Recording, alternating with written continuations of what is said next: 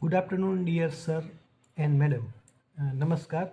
Myself, Chandresh N. Chauhan, working as a assistant librarian from the institute named Bhaktra Dadakachar Arts and Commerce College, Gadda, Swamina, affiliated with Maharaja Krishna Kumar CG University of Bhavnagar district, Bhavnagar.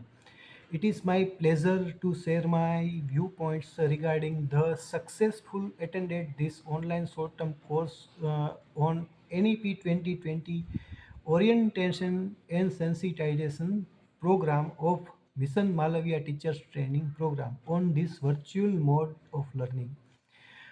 All resource person had introduced the best knowledge and skill during the entire session, and we are very happy to joining this session. This learning experience was remarkable and very knowledgeable during this entire coursework.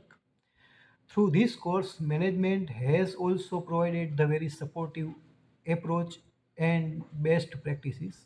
So I thank you very much, Dr. Jagdish Joshi sir and entire team of UGC HRDC University, UGC HRDC Gujarat University Ahmedabad, and also thanks for the all participant. Thank you very much, sir. Thank you again.